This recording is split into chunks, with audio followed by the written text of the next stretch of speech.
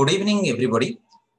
Today, I am going to discuss about radiology of the medulloblastoma. If you see the introduction part, medulloblastoma are the most common malignant tumors of the childhood. They most commonly present is the midline mass with or without hydrocephalus.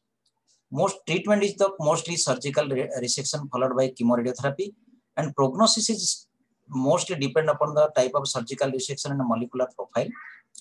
And 2016 update, WHO classification of CH tumors, which recognizes 4 molecular subtypes. The radiological pictures mostly strongly influenced by the histology as well as the molecular subtype. In WHO classification 2016, they are divided into histological defined, that is classic, desmoplastic, nodular, extensive nodularity, large cell and anaplastic.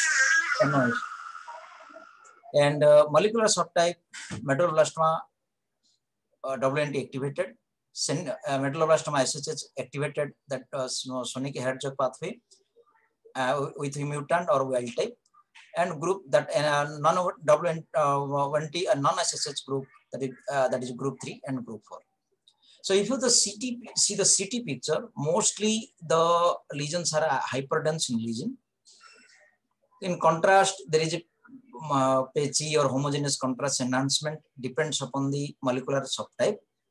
T2, you can see the pattern of edema, heterogeneous pattern of mass with sometimes with cystic and hemorrhages. CT, you can see here CT, one lateralized medulloblastoma with CT with cystic appearance. And you can see contrast part, there is a cystic part and contrast enhancement. In adult, this is in adult T1, you can see here the cystic and solid component with some part of edema in T1. You can see in T1 contrast, but we can appreciate it properly in the T2. And this you can see here clearly T2 play how the part of edema, and the solid component is heterogeneous mass with solid cystic component. Because it's a highly malignant in nature, there is always a diffusion restriction. So you can see the hyperdense area in the diffusion weighted image. You can see here hyperdense and corresponding edema looks darker or blacker. In perfusion scans, because of highly malignant in nature, you can see the angiogenesis here. So there is a high perfusion.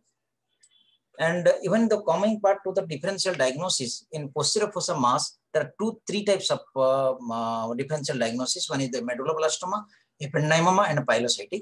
If there is a cystic mass with mural nodule, it is a pilocytic. If there is enhancing mass, solid, mostly solid component, if it is compressing the fourth ventricle, it is medulloblastoma. If arising from the wall of the fourth ventricular, think that it is a ependymoma. So pilocytic, you can see here. This is the pilocytic astrocytoma with mural nodule, solid cystic component.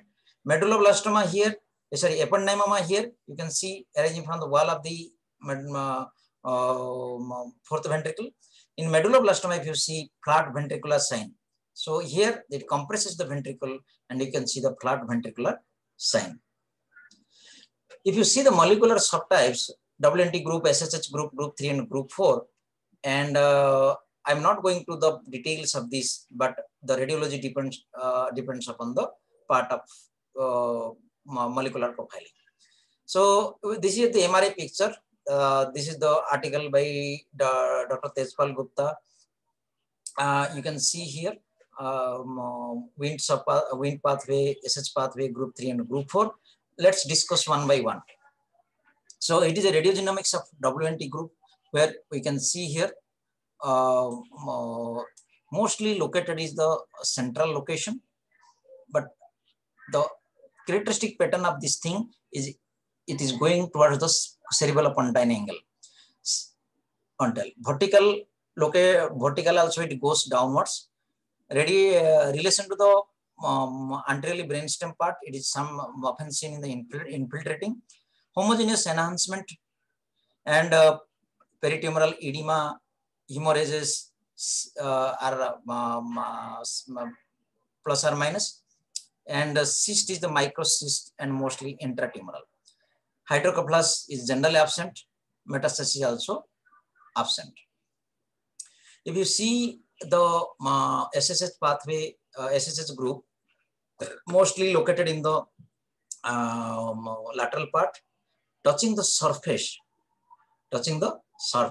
heterogeneous enhancement, mostly microcyst, macrocyst, intratumoral, peritumoral also, and hydrocephalus rarely seen.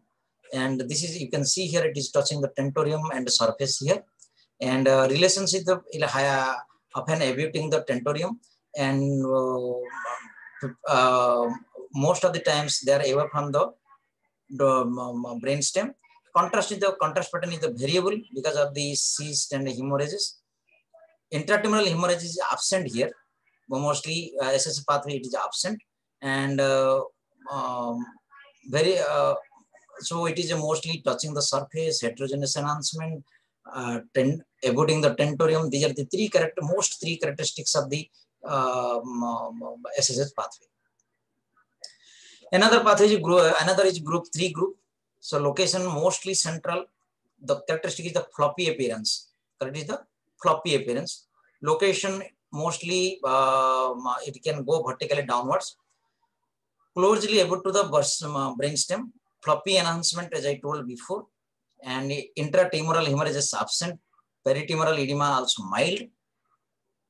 Cyst or peritumoral macrocyst may be present. Hydrocephalus is moderate to severe, and highest incident of spinal metastasis, metastasis. Here you can see, here you can appreciate the highest incidence of metastasis.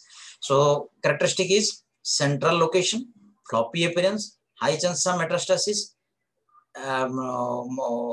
and floppy enhancement, and can go downwards. And radiogenomics of group 4, if you see, location is mostly midline, and inferior in location with the dilation of superior ventricular recesses. Relation to the, if you see the relation to the anterior part brainstem, closely related about the dorsal brainstem. Contrast enhancement is the mostly patchy enhancement,